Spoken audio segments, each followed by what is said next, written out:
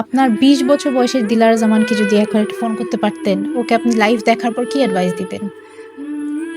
তখন এই যে ব স্বামী ভালোবাসলো না, স্বামী তাকালো না বলে এরকম মন খারাপ করার কিচ্ছু নাই, হ্যাঁ? তখনকার বোকার মতো এত না খেয়ে থাকতাম।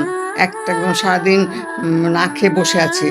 সে আসবে তারপরে খাবে। তারপরে দেখা গেল সে এসে ওই বাথরুম থেকে এসে গোসল করে পেপার নিয়ে বসে হুম। গেল। আর তো অভিমান, অভিমান, কান্না। এখন দেখি যে কি বোকা ছিলাম। খালি কাঁদতাম, রাগ হতাম, খেতাম না, না খেয়ে ঘুমিয়ে থাকতাম।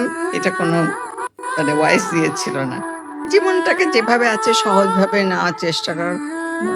ছোট কষ্টগুলোকে বড় করে না দেখে, ওই যে বললাম পৃথিবীর দিকে তাকাও দেখবো।